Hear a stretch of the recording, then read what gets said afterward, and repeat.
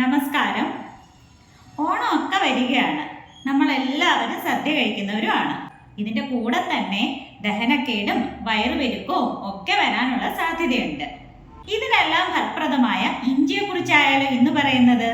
ഞാൻ doctor Sreelakshmi VS, chief medical officer, Sreehari Ayurveda clinical Panchakarma centre, Pallimukku, Odanavattom. ഇഞ്ചി vitamin C, vitamin B, potassium, copper, magnesium, manganese, fibres ഇവകളാൽ സമ്പുഷ്ടമാണ്. ഇതിൻ്റെ antioxidant, anti inflammatory property ageing തടയുവാനും muscle ക്രാമ്പിനെ കുറയ്ക്കുവാനും സഹായിക്കുന്നു.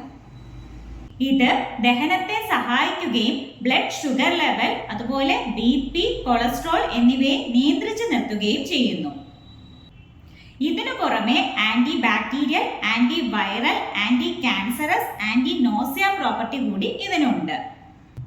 പ്രഗ്നൻസി ടൈമിലും ലിവർ സിറോസിസ് മൂലം ഉണ്ടാകുന്ന ഓക്കാനത്തിലും ഫലപ്രദമാണെന്ന് പഠനങ്ങൾ തെളിയിച്ചിട്ടുണ്ട്. ഇഞ്ചി നീര് വയറുപെരുക്കത്തിനും ആർത്തവ സമയത്തുണ്ടാകുന്ന വയറുവേദനയ്ക്കും ഫലപ്രദമാണ്. ഇഞ്ചി നീര് തേനും ചേർത്ത് കഴിക്കുന്നത് ചുമയ്ക്കും തൊണ്ടയ്ക്കുണ്ടാകുന്ന അസ്വസ്ഥതകൾക്കും ഫലപ്രദമാണ്.